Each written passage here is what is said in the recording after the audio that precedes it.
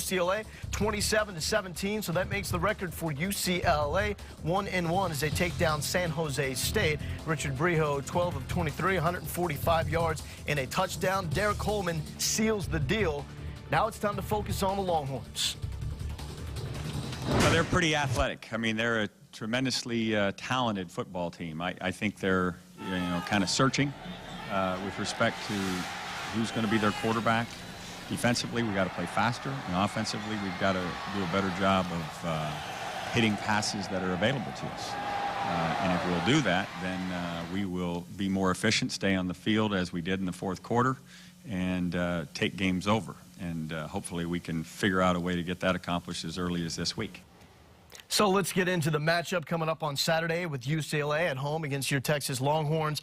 Let's go into the UCLA offense first, because for the past couple seasons they've been trying to implement the pistol formation. What is that formation all about? We've seen it a little bit from your guys, and when it's clicking, what kind of challenges does it present? Our coaches have been very impressed with the offensive schemes that UCLA has employed in watching their film for the first two games. And they went to Nevada, where it was originated, to bring a guy in to set it up and run it right. It just means the quarterback's in the shotgun and the tailback straight behind him. So you've got your running game to either side, but again, you can still slip him out either way or motion him or shift him to get him out in the passing route. A lot of option, a lot of quick hitters up front.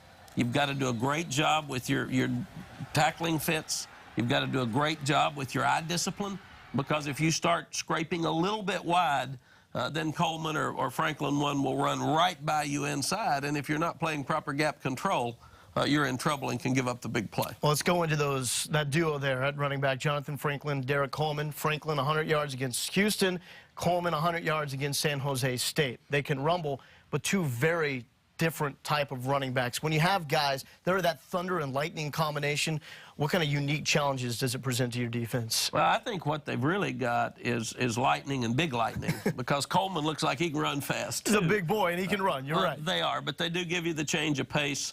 Our guys are very familiar with both of them because they ran over us last year. And what they can do is they can hit you up inside, but they have the ability to get to the corner as well. They can make the home run the big hitter, and that's what scares you to death. And so far, haven't seen too many of those big gains that Manny Diaz preaches about preventing thus far. No, we've done a great job of the bend, not break. We haven't given up the big plays. We're not letting people score many touchdowns. And this will be the most talented team we've played, and this will be the best team we've played. So it'll be a huge challenge. And you mentioned that Rick was a little frustrated that maybe he could have gotten more energy out of his team the other night. They'll have energy Saturday at 12:30, so I'm not worried about that. We'll see the best UCLA team that anybody's seen this year. Huge game for both parties involved. Go back to the wide receivers. We saw him a little bit there. Nelson Rosario, 6'5". Joseph Fourier, tight end that they put out wide, 6'8". You have guys with that kind of size and that kind of skill. What do you preach to your secondary and to your overall defense? Well, you had Embry, who's over 6'1", and a pro prospect as well. What you've got to do is try to keep the guys in front of you and not get into a situation where you're trying to get a jump ball.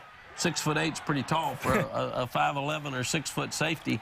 And not only is he tall, he's got great leaping ability and has good balance. So he's got good hand-eye coordination and can catch the ball up high. Some of the catches they made in the Houston game, both of those guys, were just unbelievable. Fun to watch as long as you're not playing them. Definitely. And there was a comeback against Houston. Houston got up significantly early, and there was some heart in that comeback by UCLA. A lot of people around the program saying, though, when it comes to the defense, the downside can be experienced up the middle. We saw a big run allowed against San Jose State. If there is a downside, opponents averaging around 6 yards per carry against the UCLA defense this season. What could that present you guys as far as an opportunity to get some of those big gainers? Again, with inexperience in at quarterback, we've got to make sure that we can run the ball. And usually if you can run it up the middle, you've got chances to get it outside. That'll be the big question for us. They're big and strong up front. They've got the new defensive coordinator. I'm sure they're not happy with what they saw last Saturday. Yeah. And usually when you challenge a group of young guys, you challenge a new coordinator on defense, they've worked really hard on that gap control this week for the Longhorns. Well, it will be a fun trip for you guys because, like you said off the top of the show, It's the first trip for many players on this roster with the Texas football program, and for this Texas team, an opportunity to go back to the site of one of its greatest triumphs in program history. So, what game? It's more on Mack's mind. VY's triumph in 05 or McCoy's nightmare 4 years later. Now, a home for all things UT, Longhorn Network. Put your eyes upon Texas and show your pride. Get the gear now, available at longhornslimited.com and the Stadium Store. Welcome back to Game Plan with Mack Brown. Matchups against UCLA have sparked a lot of change with the Texas staff. Route 66, year after that, Mack Brown comes in last season, ends up having Texas miss a bowl game. You see Texas all the time at the Rose Bowl. Mostly it's been very, very good with some historic triumphs there. Well, let's go back to September 1998.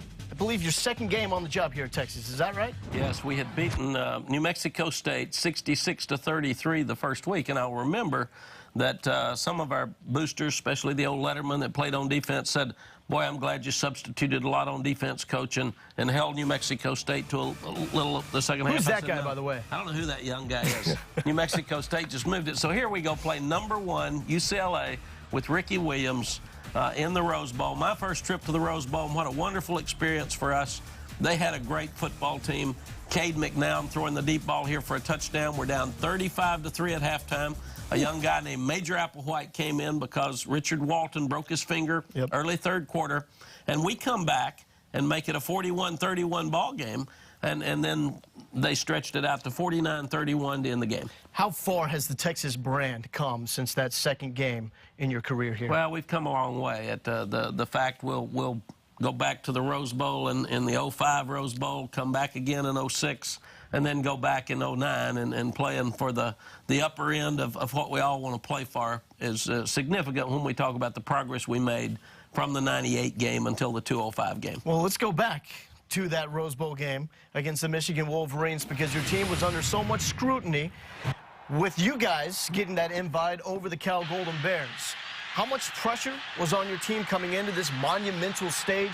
How do you think guys like Vince Young and everyone around them handled that? Everybody handled it well. There's always scrutiny on the Texas program. We're a lightning rod, so we're... Yeah, you don't say. Well, and people talk about us all the time, and we know that. Michigan and Texas had never played against each other until this game, and it was great to see Darrell Royal and Bo Schembechler out in the beginning, and then the great field goal to win the game. The national championship game is here next year. Would you like to come back to Pasadena? Yes, sir. We'll be back. All right, so Vince Young said he'd be back. He was right. However, you may have been wrong. Do you remember after the game, you said there will not be a better football game in this stadium than the one played that night? I told my wife, Sally, after that game that this is probably the best football game we'll ever see, because Texas, Michigan, Darrell Royal, Bo Schembechler, Rose Bowl, Keith Jackson, can't get any better than this. And then I jumped on Vince and said, "Don't be saying we'll be back. You're already setting us up for next year." Did you really talk to him about that? I did after the game. I said, "What are you doing?" He said, "Coach, we're coming back. We're coming back." So, and he did. Well, it was one of the memorable performances that you had to that point, and then the next year just set the stage for the biggest one of all, the national championship game. We're going to recall that, not just with you, but some of the great players in Texas history. This is a conversation that was had in the offseason before the start of this campaign. Quarterback draw, Young, inside the 15, touchdown! He's going to go all the way! Touchdown, Vince Young! He's hit, gets away from a tackler, touchdown! Vince Young has had an amazing afternoon running the football for the Longhorns. The national championship game is here next year. Would you like to come back to Pasadena? Yes, sir. We'll be back. Vince looks, fires over the middle, wide open, caught, touchdown. How about that? Touchdown, Texas! What a great play for the Horns! Here he goes again! Touchdown! Say goodnight to this one. Vince Young, 80 yards for the Texas touchdown. The Heisman Trophy epitomizes the pursuit of excellence. The winner is Reggie Bush from USA. I was very upset when we didn't win that Heisman. And when I got back from New York and got in front of the guys, I said, we better go out here and kick their butt, because we have no respect. They was comparing them to Oklahoma back in this day and all Notre that. Dame in '88. Notre Dame. I'm like, I mean, we 12-0 right now. I mean, can we get a little bit of respect? So, I think I remember a phone call from the Heisman that said, "Game on, defense, game on." So that's what I heard right then.